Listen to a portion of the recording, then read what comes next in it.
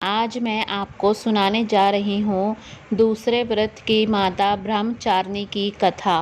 ब्रह्मचारिणी माँ दुर्गा की दूसरी शक्ति ब्रह्मचारिणी की पावन कथा। माँ दुर्गा की नवशक्ति का दूसरा स्वरूप ब्रह्मचारिणी का है। यहाँ ब्रह्मा का अर्थ तपस्या से है।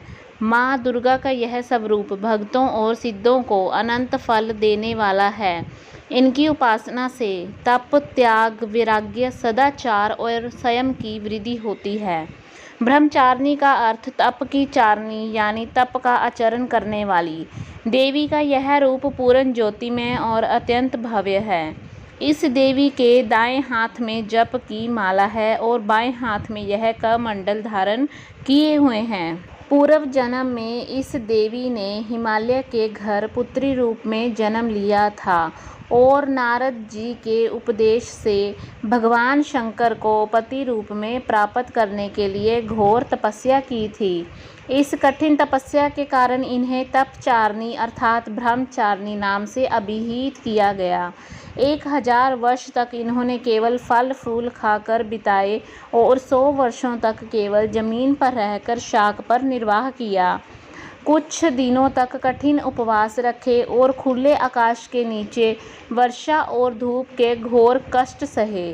3000 वर्षों तक टूटे हुए बिल्व पत्र खाए और भगवान शंकर की आराधना करती रही। इसके बाद तो उन्होंने सूखे बिल्व पत्र खाना भी छोड़ दिए। कई हजार वर्षों तक निर्जल और निराहार रहकर तपस्या करती रही। पत्तों को खाना छोड़ देने के कारण ही इनका नाम अपर्णा नाम पड़ गया। कठिन तपस्या के कारण देवी का शरीर एकदम क्षीण हो गया। देवता, ऋषि, सिद्धगण, मुनि सभी ने ब्रह्मचारिणी की तपस्या को अभूतपूर्व पुण्य कृत्य बताया, सराहना की और कहा, हे देवी, आज तक किसी ने इस तरह की कठोर तपस्या नहीं की। यह तुम ही से ही संभव था। तुम्हारी मनोकामना परिपूर्ण होगी और भगवान चंद्रमौली शिवजी तुम्हें पति रूप में प्राप्त होंगे। अब तपस्या छोड़कर घर लौट जाओ। जल्द ही तुम्हारे पिता तुम्हें बुलाने आ रहे हैं। इस देवी की कथा का सार यह है कि जीवन के कठिन संघर्षों में भी मन विचलित नहीं होना चाहिए।